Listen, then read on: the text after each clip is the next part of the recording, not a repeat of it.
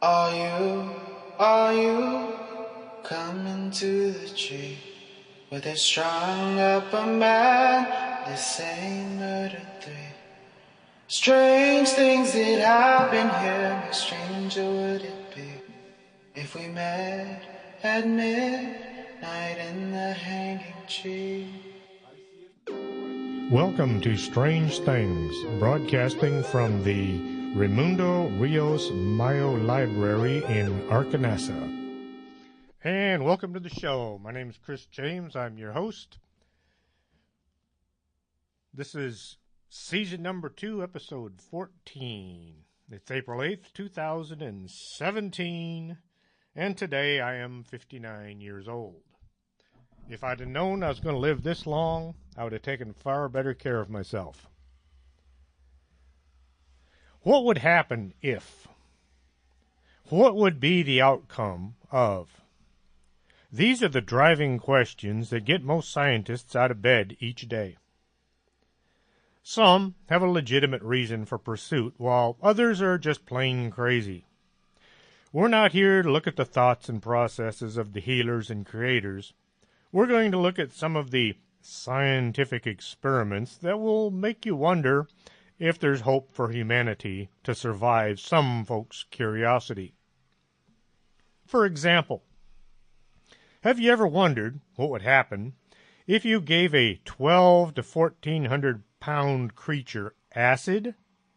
Yes, that stuff that the hippies were all so fond of. Lysergic acid diethylamide, LSD. Folks from the University of Oklahoma School of Medicine wanted to know because, well, they just did. Some clown named Warren Thomas went to the San Diego Zoo, and he gave an elephant 297 milligrams of acid, just to see what would happen. Notice they came from Oklahoma, but experimented on an elephant in San Diego. Wile E. Coyote. Genius. Tusco the elephant was sent on a trip he'd never packed for, and he never came back from.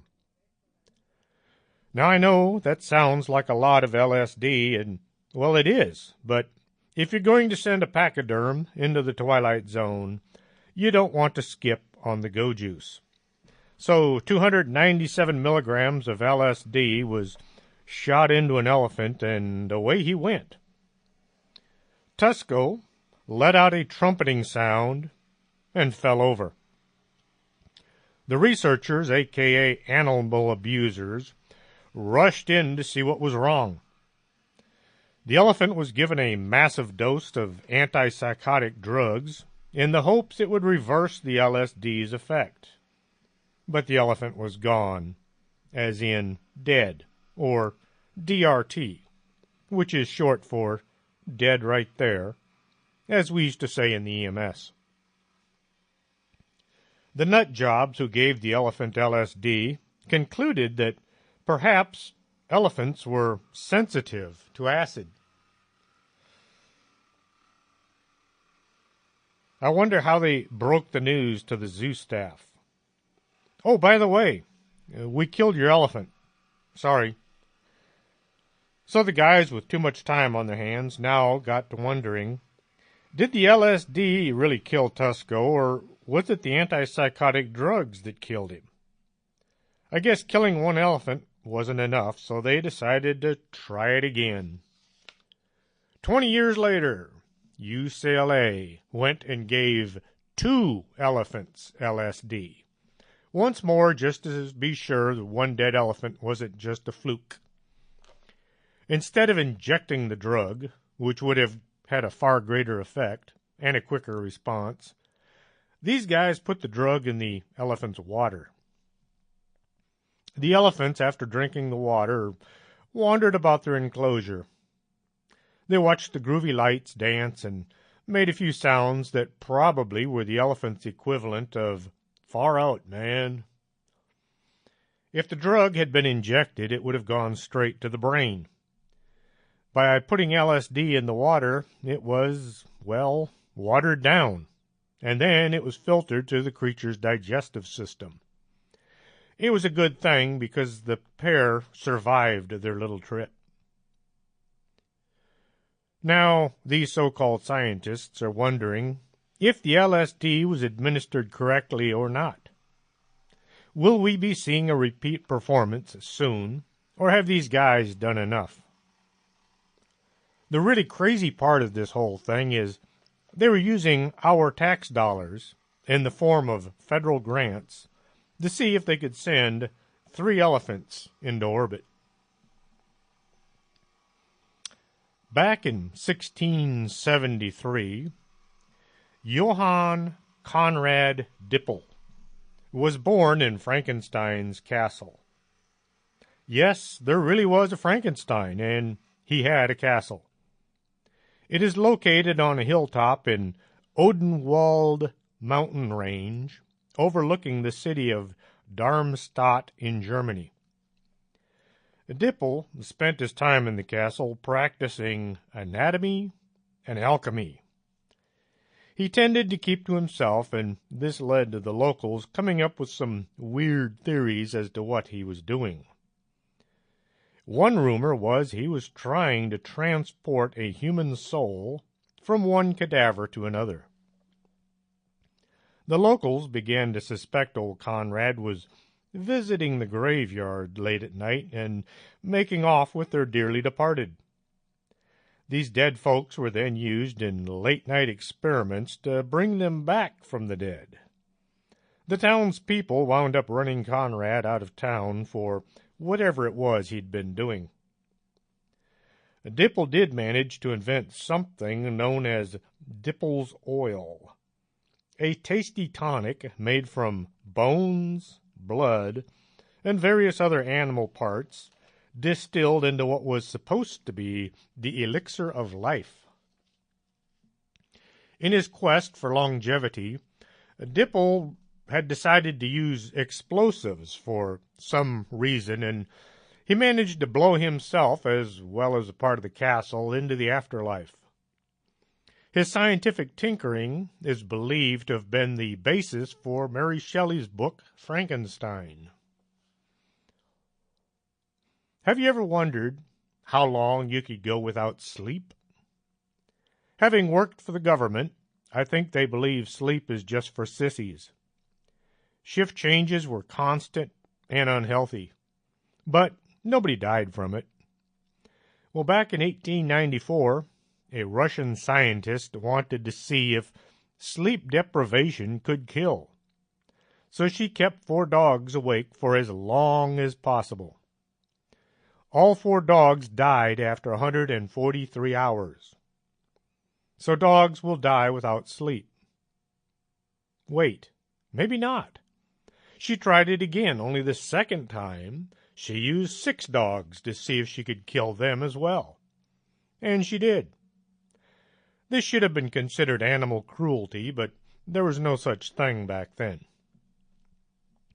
The University of Iowa decided to redo this crazy experiment, only instead of dogs, they found some humans to work on.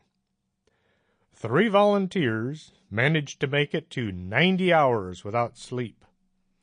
They had begun to hallucinate around 48 hours.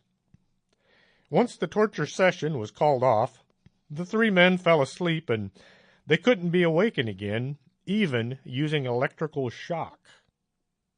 How many past cruelties are scientists going to recreate just so they can have something to write about in their scientific journals? We're going to take a break here and play a couple of commercials. Don't go away. We'll be right back after this. You're listening to Arkanasa Radio.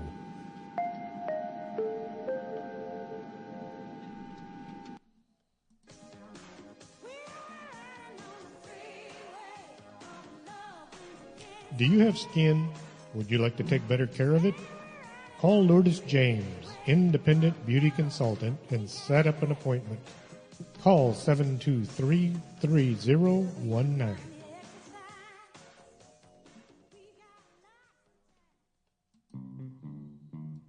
If your vision isn't what it used to be, and you're not sure you're seeing Bigfoot or just your neighbor mowing his lawn, stop on by Del Norte Optical, 107 Calle del Norte, just across the street from the Embassy Suites. You should be able to see what you're looking at.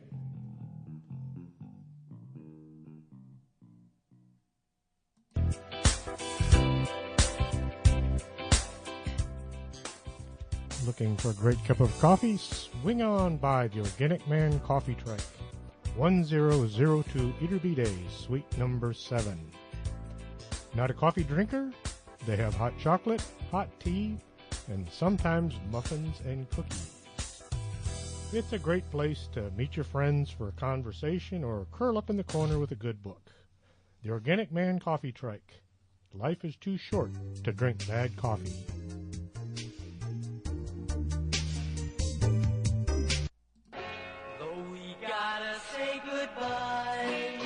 No, don't say goodbye. Stay with us. This is Arcanasa Radio. Quédate con nosotros. Estás escuchando Arcanasa Radio.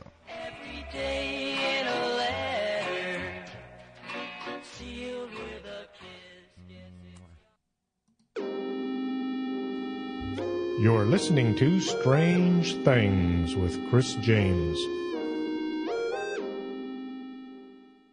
And welcome back to the show. Tonight we're talking about some scientific experiments that some of them were crazy and some of them were just plain sad, but none of them should have been dealt with. Albert the guinea pig. Albert was not an animal. He was a young boy who was experimented on back in 1920. It all started with Pavlov's dog.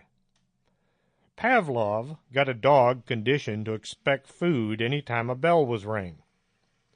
Well, psychologist John B. Watson got to wondering if this would work on humans as well. Not just humans, but kids. Albert was 9 months old when the conditioning began. A rat would be shown to the kid, while at the same time someone was making loud and frightening noises. Soon Albert began to associate fear with rats, along with cats and dogs, and anything covered with fur. He also developed a phobia for blankets and anything fuzzy. Somehow Albert managed to survive his training, but he grew to be a very frightened adult. There's nothing more written about Albert or what became of him. One thing is for sure, he was badly abused by some crazy scientist who probably never took the blame for the outcome. This process of conditioning is known as the Skinnerian method of teaching. Any of you who were punished for not performing correctly, like, say, in the Army, have gotten to know the Skinnerian method quite well. Unfortunately, it has now found its way into our school system these days also. Have you ever wondered if people are strong enough yet? I've seen folks lift some pretty extraordinary weights, but they always want to be bigger and stronger. Then there are the folks who want the biggest and baddest army around, which is a good thing if you want to win. But when have you gone too far?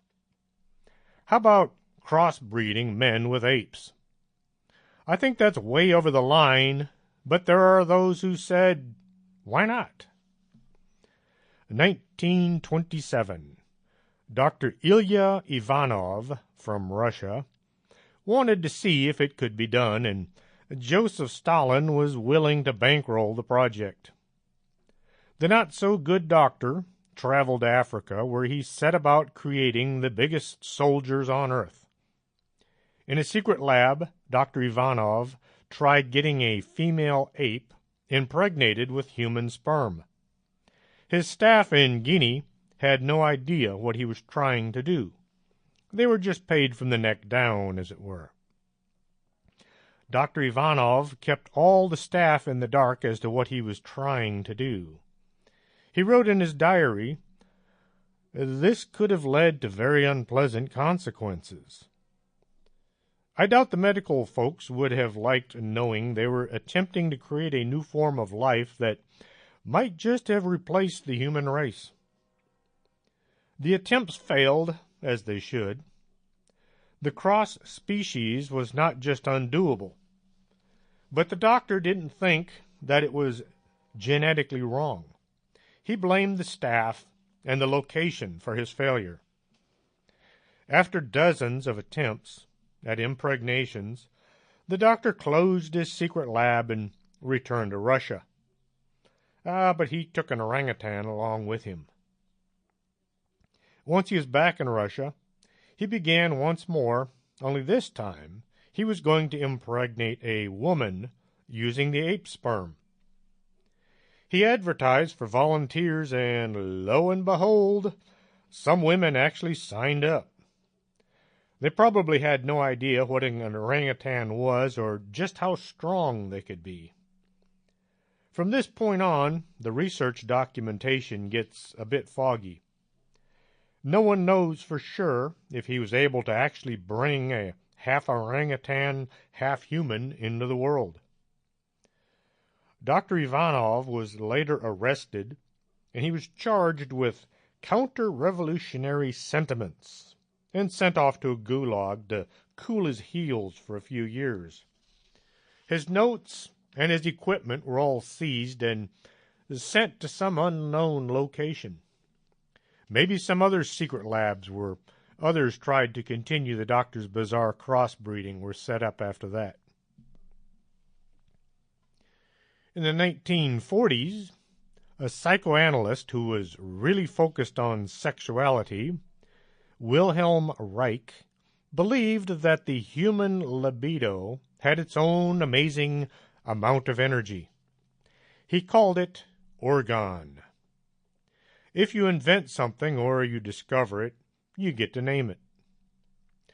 He built orgone accumulators. The designs and the materials were not listed. If you want to build your own orgone accumulator, you'll have to do your own research. Orgone was amazing. It caused changes in the weather. It made the sky blue. Orgone even powered gravity as well as sexuality. But everything good has a downside, and apparently orgone energy was opposed by the opposite force known as orgone radiation. This caused the plants around Wilhelm's lab to wither and die. It also brought menacing clouds to form overhead. The two forces were responsible for just about everything happening in and around Reich's lab. As a way of getting these menacing clouds to disperse, Wilhelm invented a cloudbuster. It looked kind of like a multiple-barreled cannon that would be fired up into the sky. Instead of gunpowder or cartridges, Reich was using water as his projectile, and the water would be hurled into the air using orgone power. Wilhelm even managed to talk Albert Einstein into studying his orgone accumulator. They spent some time studying the awesome power of orgone, but it looks as if Einstein lost interest in the subject about as soon as he discovered there really wasn't anything there. Have you ever heard of subliminal advertising? It sounds like something out of a sci-fi movie. Well, actually, in 1957, James Vickery used subliminal advertising and found it was quite successful. He had a group of journalists watch a short film about fish. It lasted about 30 minutes. During the film, the journalists drank an inordinate amount of Coke and ate several boxes of popcorn. What the journalists didn't know was the film was shot through with subliminal advertising, saying that they were hungry and thirsty. The advertisements were shown for 1/300th of a second. just long enough for the subconscious to register the message, but not long enough for the conscious mind to remember having seen it. The total effect was 18% higher consumption of Coke and 57% higher consumption of popcorn. And just think what this could do to the movie industry. This was actually the second try at subliminal advertising. The first time it was used on unsuspecting moviegoers with the same results. The folks who were being experimented on had no idea, nor did they consent, to being guinea pigs.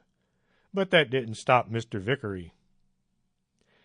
Now, you may have heard that the United States Congress have passed a law against subliminal advertising.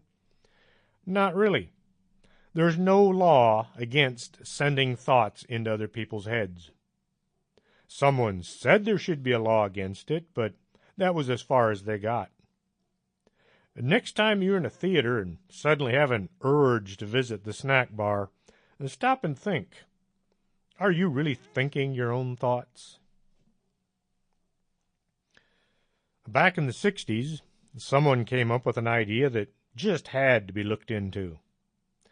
He wanted to know if folks would kill each other if told to do so by somebody in authority. Stanley Meldrum must have forgotten about something the rest of us called the Holocaust. How many SS goons said they were just following orders? Well, Professor Stanley Meldrum sent out a request for volunteers to see if his little experiment would work. He divided the volunteers into pairs. The first subject would be told they'd be using punishment as a form of a learning tool to see if people learned quicker, if they knew bad things would happen, if they did not perform well, kind of like the Skinnerian method. What the test subject didn't know was that half of the volunteers were in on the experiment. The test subject would sit in front of a console with switches and gauges on it. They were told to zap the other guy if he didn't do as he was told. Each time they shocked the other person, the amount of electricity would be increased. Each time the dial was turned, a needle would move, showing how dangerous the shock was becoming. As the reading showed more electricity being sent to the other guy, the subject in on the test would yell in pain. He was acting, of course. Then his yells turned to screams. One of the gauges showed the needle was well into the red. This said the amount of electricity was now lethal.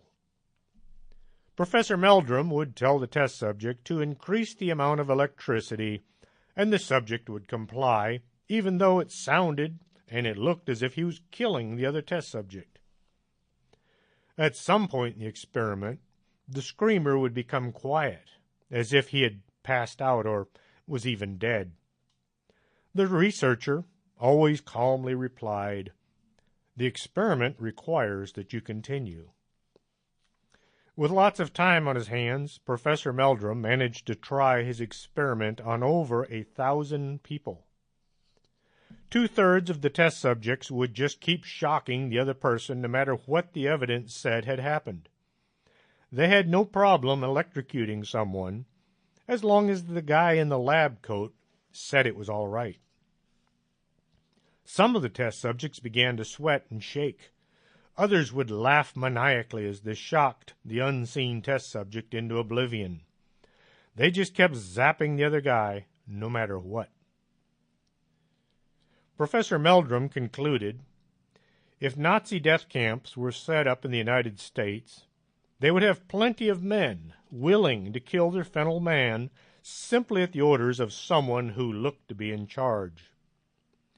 Is this a sorry state of humanity that 2/3 of us just might kill an innocent person at the orders of their boss?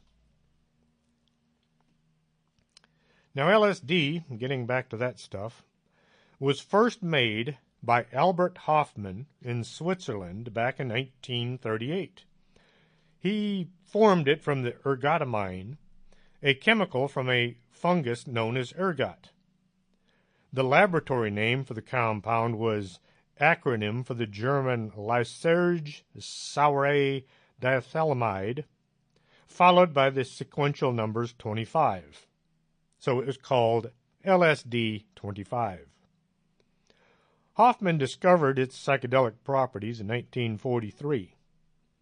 LSD was introduced as a chemical medication under the trade name Dilyacid for various psychiatric uses in 1947.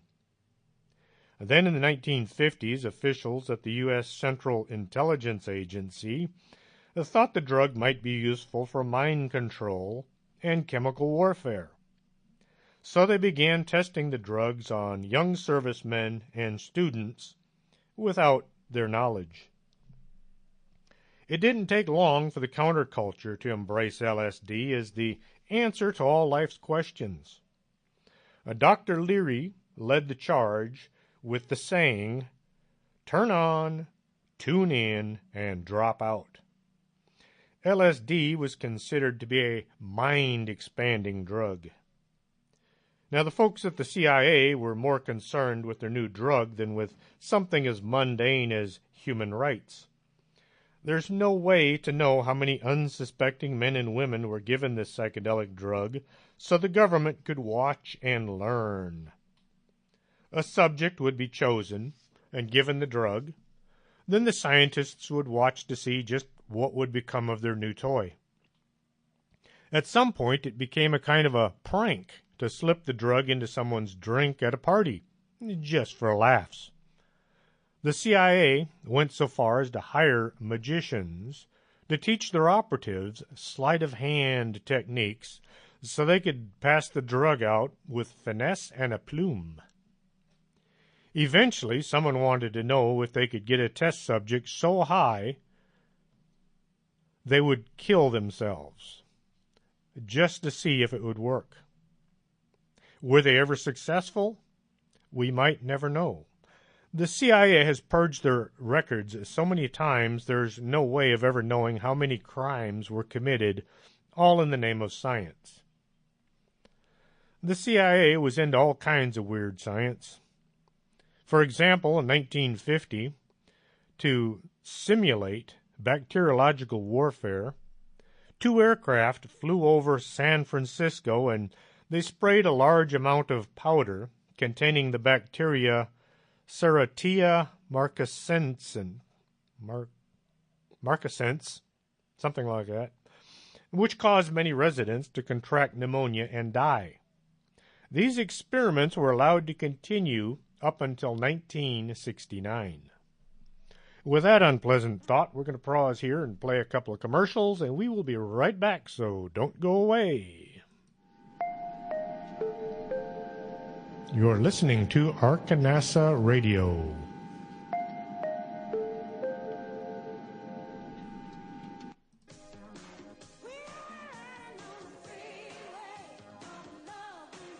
Do you have skin? Would you like to take better care of it? Call Lourdes James, independent beauty consultant, and set up an appointment. Call 723-3019.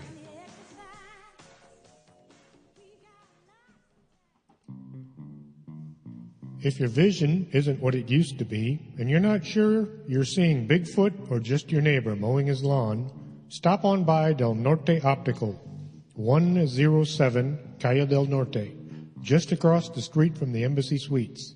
You should be able to see what you're looking at.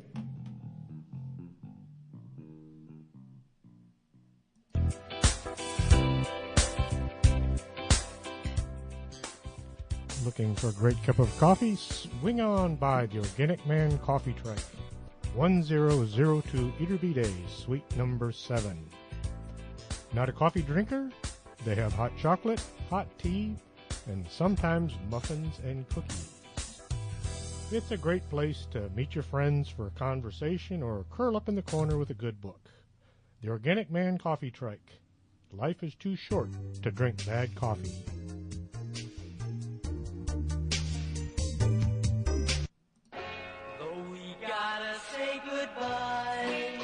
No, No, don't say goodbye. Stay with us. This is Arcanelza Radio. Quédate con nosotros. Estás escuchando Arcanelza Radio.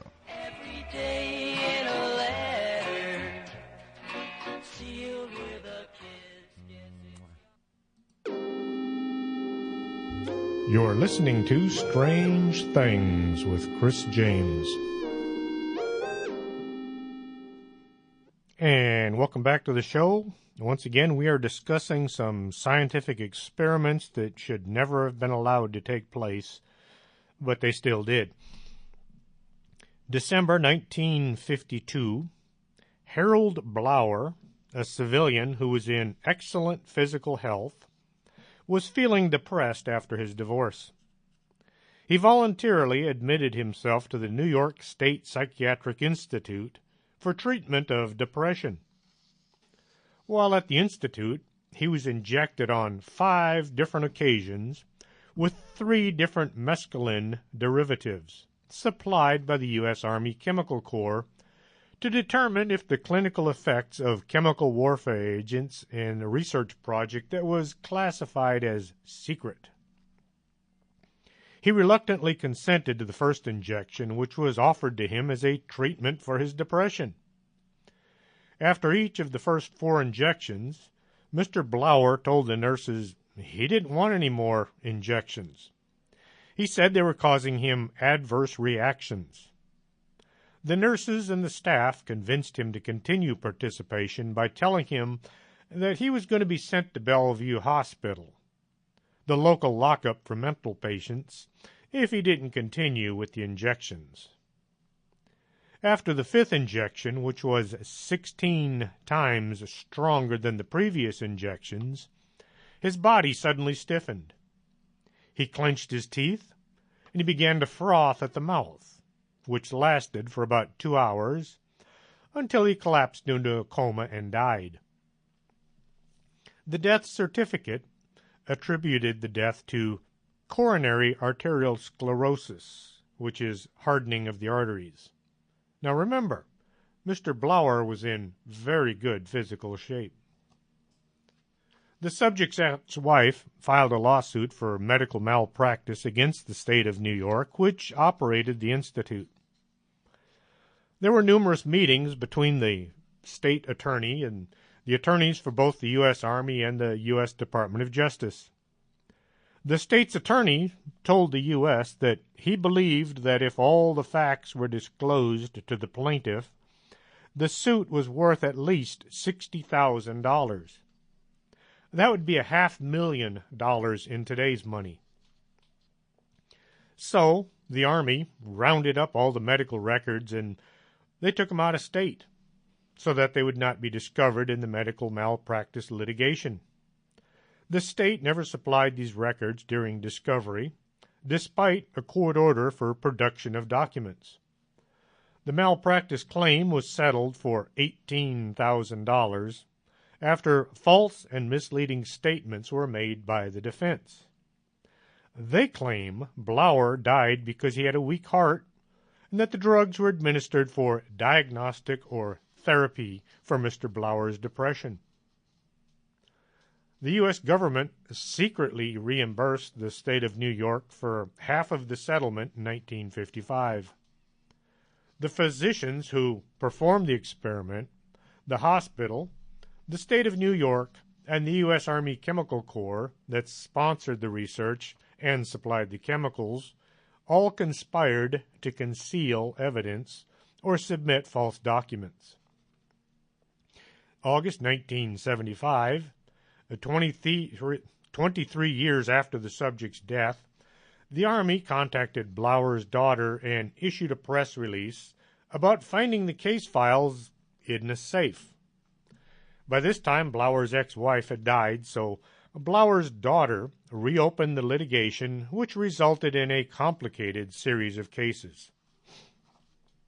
A court in 1987, 35 years later, concluded that the LD50 studies in animals were grossly inadequate, according to the standards in the early 50s. The Army found that all mice died with 100 milligrams per kilogram, but that no mice died at 12 milligrams per kilogram. But the Army performed no further animal experiments. Further, before the judge approved the settlement in 1955, the state attorney had an ex parte meeting with the judge, at which the attorney falsely represented that the source of the drugs was the Army Medical Corps, to give the impression that the experiment was therapeutic. The judge then required that the settlement be increased from $15,000 to $18,000, which is $160,000 today, for killing the girl's father. What did they learn from these experiments? Not much, just that sometimes experiments can cost a lot of money. A secret medical research of the government of the United States on the inhabitants of the Marshall Islands, which was known as Project 4.1, is also well known. During the experiment, people were exposed to radiation after the nuclear test at Bikini Atoll on March 1, 1954. As a result of radioactive contamination, among women in the first 5 years after the test, the number of miscarriages and stillbirths doubled, and many of the newborn who survived soon developed cancer.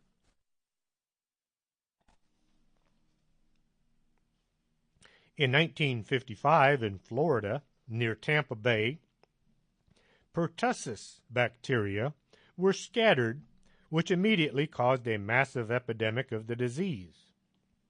At least 12 people died as a result. In 1956 and 1957, in Georgia and Florida, the CIA implemented another secret operation during which millions of mosquitoes were infected with yellow fever and dengue fever, and then they were released. There's no official record of what happened next. 1960s, during another secret U.S. intelligence operation called Study of the Vulnerability of Subway Passengers to Covert Attack with Biological Agents, that is quite a name, bacillus bacteria were released in New York and Chicago subways. This sounds very much like the Tokyo subway attack in March 20th, 1995. The only difference was the government had sanctioned the attacks in New York and Chicago. From 1963 to 1969, within Shipboard Hazard and Defense Project, several types of bacteriological and chemical weapons were released on U.S. Navy ships, and the crews suspected nothing when they began to suddenly become very sick after being inundated with sarin gas, VX gas, and cadmium salts. It's fun to be in the Navy. 1974, the New York Times newspaper published a sensational journalistic investigation which resulted in the exposure of one of the most sinister and mysterious projects, a CIA program named MC Ultra. It was dedicated to searching for methods to establish full control over the mind and consciousness of a human being. During the project from the early 50s to the 60s, thousands of people passed through the hands of the experimenters, and some of the subjects developed serious mental disorders, and many just died. Soon after the appearance of this publication, the U.S. Congress established a special commission to investigate the activities of the CIA, which was joined by the Presidential Commission headed by Nelson Rockefeller. However, the government investigation was seriously hindered by the fact that the CIA had managed by this point to destroy a significant portion of the documentation that could have shed some light, and most of the surviving documentation had been reclassified as top secret. Another very famous psychological experiment on humans was so-called Stanford Prison Experiment, once again paid for by those wonderful folks at the CIA, which was conducted in 1971 by the American psychologist Philip Zimbardo. 24 undergraduate students were the subjects of the test, which took place in the basement of the faculty of the Facility of Psychology, specifically equipped to serve as a prison. The pretend guards were all issued uniforms, and they wore mirrored sunglasses. The pretend inmates were given baggy gowns that did little to cover them. After just a short time, the pretend guards began to act very aggressively against the pretend inmates. The pretend inmates began to cower and acquiesce to the demands of the guards. The problem wasn't the whole prison system. It was the students were never trained or selected for their behavior. The guards and the inmates were chosen at random. It didn't take long before the experiment had to be canceled to keep the guards from killing their wards. At the end of World War II, a significant number of Nazis received death sentences at the Nuremberg trials for their inhumane experiments on human beings.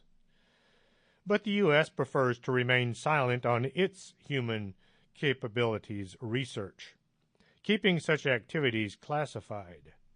After all, there was a reason that in 1947 the U.S. Commission on Nuclear Energy released medical experiments on humans documents that state, "It is desirable that when conducting experiments on human beings, no documents be created that might cause a negative public reaction.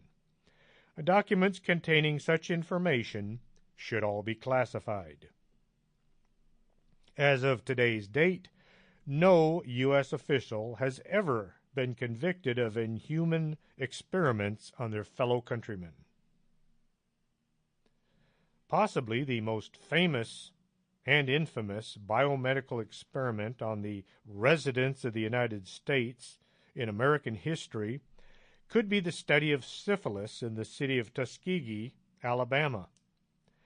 This one can't be laid in the lap of the CIA. They didn't exist yet. From 1932 till 1972, experiments were conducted by the U.S. Public Health Service to investigate all stages of syphilis in African Americans. During this study, American scientists acted as if penicillin wasn't useful, and they continued testing experimental drugs as a possible cure. As a result, many people were affected. Some died of syphilis, as well as infecting their wives and children. We could go on all night talking about the CIA and their nastiness, but the show is about science, so I'll leave that for another time. Joseph Mengele. He was known as the Angel of Death. He would decide who would live and who would die at Auschwitz during World War II. Mengele had a fascination with twins, and he would always pull them from the crowd for further research. He did horrible things, all in the name of science. The heartless Angel of Death's mission was to create a master race fit for the Third Reich. He was to carry out experiments to discover what genetic quirk had caused the twins, and then to artificially increase the Aryan birth rate for his master Adolf Hitler. As the war was grinding to an end, he, along with hundreds of Nazi war criminals, made a run for South America. Mengele was a sociopath, and nothing he did was a benefit to the world. However, there is this weird occurrence in Candido Godoy, Brazil, that has people wondering. It would seem that the town is knee-deep in twins, all with blonde hair and blue eyes. This may sound like a movie I saw back in 1978 called The Boys from Brazil, but that was just a movie, right? The number of twins in this small Brazil town is over 10%. The national average is under 5%. That's more than double. Now, the old folks in the town all say that a doctor had come visiting back in the 1960s, who it turned out had been Joseph Mengele. It wasn't that Mengele wanted to create more twins. He wanted to create the perfect human. His abuse of the twins in his charge was all in the name of making the master race. It's just a shame the Israelis never caught up with him. He could have joined Eichmann at that necktie party. See, if you're found guilty and sentenced to death in Israel, the sentence is commuted to life in prison the following day. And it's automatic for everyone. Everyone, that is, except for Eichmann. He deserved his last gasp at the end of the hangman's noose. His sentence was never commuted. We're going to take a brief pause right here, play a couple commercials, and give the old throat a chance to relax. We'll be right back, so don't go away. You're listening to Arkanasa Radio.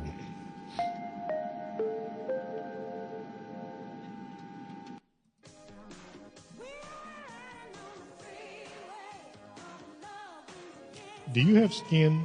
Would you like to take better care of it? Call Lourdes James, independent beauty consultant, and set up an appointment. Call 723-3019.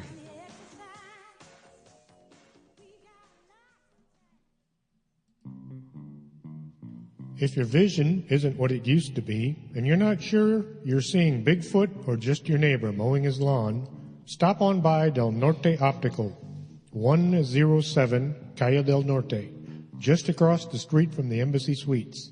You should be able to see what you're looking at.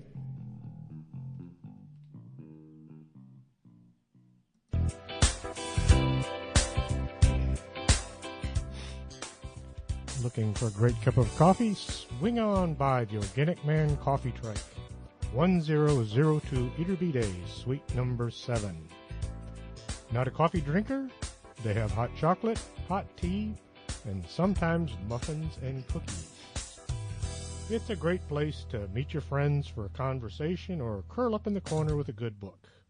The Organic Man Coffee Trike. Life is too short to drink bad coffee.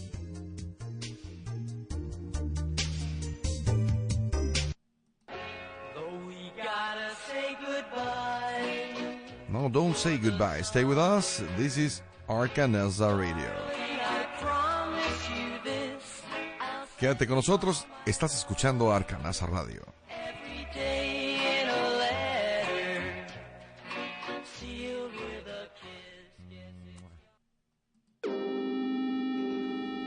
You're listening to Strange Things with Chris James. And welcome back. Nowadays, scientists are having a great time cloning mice. It seems the planet doesn't have enough mice yet, and so millions of dollars are going into cloning things. Now, I've heard their excuses. They want to clone the woolly mammoth. Why? Is there a need for a giant hairy elephant? We'll be eating mammoth burgers sometime in the near future? Aside from the Tasmanian tiger, I can see no reason to clone dead animals, especially those that died off thousands of years ago. What I've seen coming from Australia and New Zealand, the tiger just might not be extinct anyway. Do any of you all remember Dolly the sheep? British scientists managed to create a sheep using tons of money and years of experimenting. Dolly lived for 6.5 years before moving on to the next plane. This isn't even half the usual life expectancy of a normal sheep. Why did Dolly die so soon? We'll never know. The scientists, who are all about finding out why, had Dolly's remains cremated instead of trying to find out why their $1 million sheep died. Were they concerned about what they might have found had an autopsy been performed? Could the results have led to information that would have made cloning illegal? What were they hiding by immediately destroying the evidence? To quote Jeff Goldblum from Jurassic Park, "Your scientists were so preoccupied with whether or not they could that they didn't stop to think if they should." Wile E. Coyote. Genius. According to the laws of probability, if an infinitely large number of monkeys is given an infinitely large number of typewriters and an infinite amount of time, eventually they'll create the entire works of Shakespeare. This is known as the infinite monkey theory. A group of researchers in England decided to give it a shot. They gave 6 monkeys a typewriter, which inspired the monkeys to create one broken typewriter, which was covered with monkey poop. The lead male had gotten a stone, and he started just bashing the tar out of the typewriter. And then the rest of the troop took turns using the machine as a bathroom. Eventually the monkeys did get the hang of things, and at the end they had managed to create 5 pages with the letter S. Kind of like all work and no play makes Jack a dull boy from The Shining. In the year 2003, 2 scientists spent a few months calculating the velocity and the trajectory of penguin poop. Based on the observation that penguins will forcibly expel their fecal matter away from themselves, Dr. Victor Bino Mayer Rochow and his partner Joseph Gall set out to calculate just how much force this actually takes. In their final paper, they came to the conclusion that a penguin will poop with about 4 times the pressure of a human, and they can spray it as far as 16 inches away from their nests. A lot of this depends on the type of poop that the penguin is expelling. If it's watery and runny, like, say, number 3, the pressure is about 77 milligrams of mercury. This is the same way that your blood pressure is measured. For something with a little more density, you get something closer to 400 millimeters of mercury. The 2 scientists never did figure out if the birds deliberately chose the direction that it expelled its poop, say in the same direction that the wind was blowing. You know the old saying that you never go into the wind. In Japan, scientists have developed a see-through goldfish. Well, you can't really see through it, but the skin is transparent. You can see the insides as if they were on the outsides. Why? Once more we go back to the Jeff Goldblum saying, "They could, not that they should." So now there are weird-looking fish swimming around Japan. This looks like the beginning of a monster movie. Not being satisfied with see-through fish, the folks in Japan tried to create a glow-in-the-dark frog for kids who like playing with their pets in the dark. The frogs became see-through instead of glowing. Now that's good for the kids who want to see the insides of frogs without having to go to biology class. The Dutch have come up with a cow that have human genes. The cow now give enhanced milk. It's supposed to help with the immune system as well as help the digestive system. The milk is also supposed to be antibacterial as well. That sounds good, but how many times have scientists claimed something that wasn't necessarily true? Well, lots of times. When there's a big paycheck involved, people will lie, cheat, and steal. And there are numerous examples. Take, for example, former Harvard researcher John Darcy. In 1981, he was found to be faking data in a heart study. Eventually, investigators at the National Institute of Health discovered that data for more most of his 100 published studies had all been fabricated. Or take the case of cardiac radiology specialist Robert Slutsky, who in 1985 resigned from the University of California at San Diego Medical School after colleagues began to wonder how he turned out a new research article every 10 days. University investigators concluded he had altered data and he lied about the methods that he used. Now, their fake science could have devastated hundreds, if not thousands, had they not been found out. More bizarre scientific research comes in the form of, do chickens like ugly-looking people? And does it really matter? A bunch of scientists in Stockholm, Sweden, wanted to get to the bottom of chickens' likes and dislikes. They put together a photo display using 35 men and 35 women. They let the chickens peruse the images for a while, and they watched to see how the birds reacted to each photo. Next, the same images were shown to a group of students who were asked to rate each person from 1 to 10.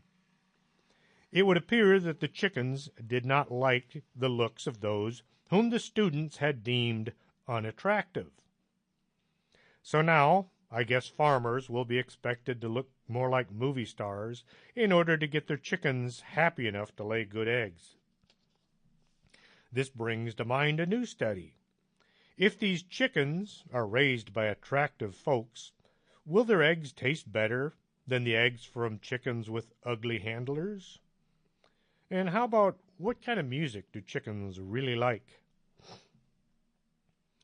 The scientists took time out from looking for a cure for heart disease to find out why a string placed in a box and shaken would tie itself in a knot.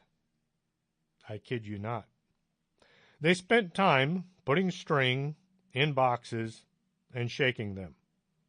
Then they spent weeks and lots of tax dollars to explain why this works, just in case there's ever a need for strings tied in knots inside of boxes. The paper they wrote contained lots of graphs and charts. It had examples of different types of string and the sizes of the boxes involved. What I want to know is why an extension cord will wind up knotted no matter how carefully you put it away. The world is a better place knowing string will tie itself in a knot inside a box. The scientists at the University of Bergen in Norway believed that they could improve the rate that leeches suck blood by first dipping them in beer. That was seriously their hypothesis. I think their theory might have come from watching all the activity in a bar as closing time drew near. They had also decided to try sour cream and garlic, just because it sounded good. The researchers would dip each leech in beer and then stick the leech onto their arm. Each researcher placed a different leech on his or her arm.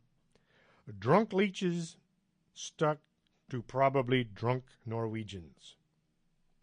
The vacuum capacity didn't seem to have improved. In fact, they couldn't even maintain their grip.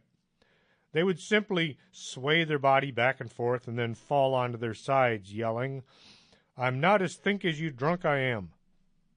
Bizarrely, the sour cream leeches did show an increased suction ability. The garlic leeches just keeled over and died. I guess garlic kills leeches. Who knew?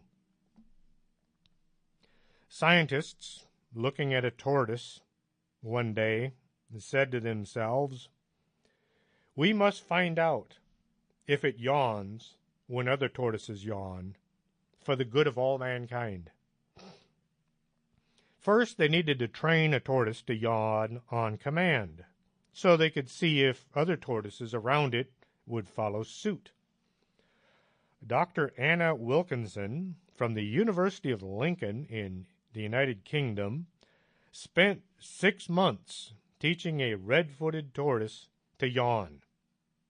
I'll bet she was interesting to hang around during lunch. How do you teach a tortoise to yawn? Just in case you want to try this at home. Place a piece of cardboard in front of the tortoise's head, and then sit back and watch it, and watch it, and watch it, until it does something that kind of resembles a yawn. As soon as it yawns, you give it a treat, some lettuce or a grape. And then you get busy watching it again, and watching. This goes on for 2 or 3 months. Once the tortoise associates yawning with getting a treat, you now have a trained yawning tortoise. You have made your mark on society. Yawning tortoises from this point on will be in your name. Once the tortoise was a well-trained yawning machine, the scientists put it in with other untrained tortoises, and then the excitement really got intense. They sat and they watched as their highly trained yawning tortoise went about yawning in front of all of its colleagues. It yawned and it yawned. The other tortoises all watched with a complete lack of interest. Nothing happened. The final conclusion of this long and costly experiment is that tortoises don't yawn just because one of their bunch yawns. To justify their money that they spent, the scientists claim that they have achieved a vital understanding of reptile behavior. They have unlocked the door to tortoise life. Now they could help sustain the tortoise population by getting one to yawn and effectively affecting none of the others. Is the world a better place thanks to these efforts and the expenses of all these scientists and their long and varied endeavors? Not at all. It would appear these folks are using our money to scratch an itch that isn't all that bad. They want to know, but not at their own expense.